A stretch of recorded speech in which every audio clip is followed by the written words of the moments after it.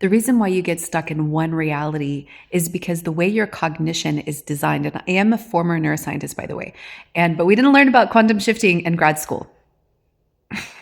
So the way your brain processes information is that it only lets in a tiny little bit. So in other words, your brain is optimizing your survival and your attention.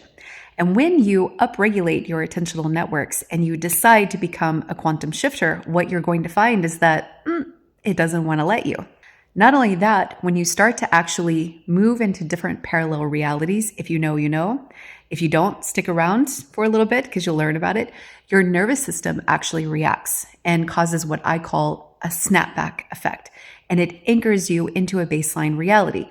Your body will freak out. I've literally been looking at another world and my body will shoot adrenaline and have this anxious reaction like we got a GTFO, even though I'm excited to be there. I'm excited to explore. I'm excited to shift. I opened up a portal in Dallas, Texas, of all places, and also in Singapore.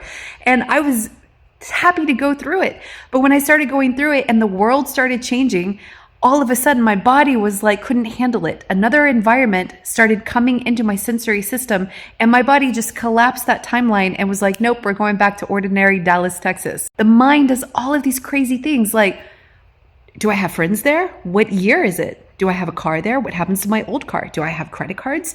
Do I have a phone? Do I have a place to sleep? Am I naked? Am I going to shift into a completely different world? Are there humans there? What do I eat? Do they eat me? So these are all barriers to the quantum shifting experience.